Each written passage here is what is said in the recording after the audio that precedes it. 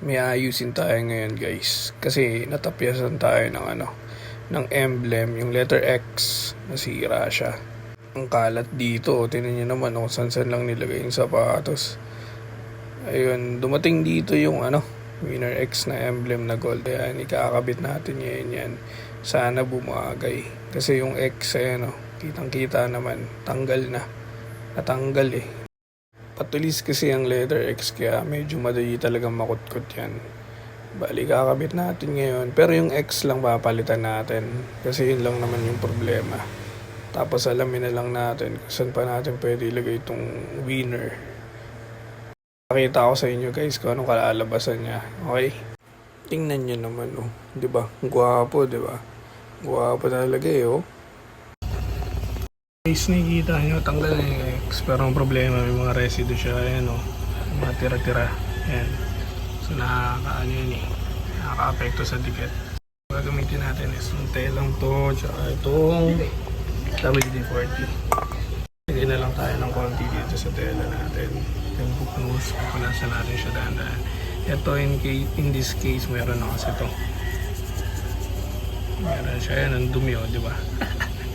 Makakapit pa yun yung residue. So gamitin natin ng WD-40. Balitaan ko ka. Ngayon guys, pag malinis na, ayan, pag wala ng residue, ito naman, gagamitin natin. Siyempre, linisin natin siya gamit tong alcohol bago natin ikabit yung panibagong emblem. Okay? Hi guys!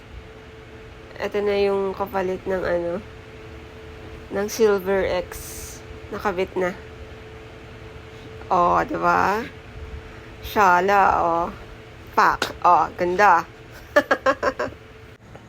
Tapos dito ko na naman kinabit yung winner. Yan. Mukhang bumagay naman.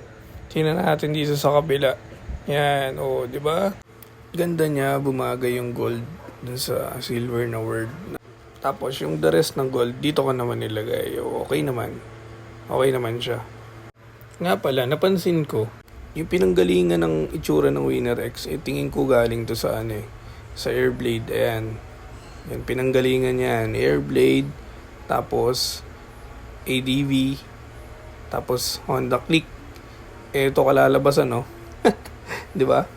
Kuwang-kuha, di ba? Kuwang-kuha niya lahat yung mga naunang mga model ng Honda.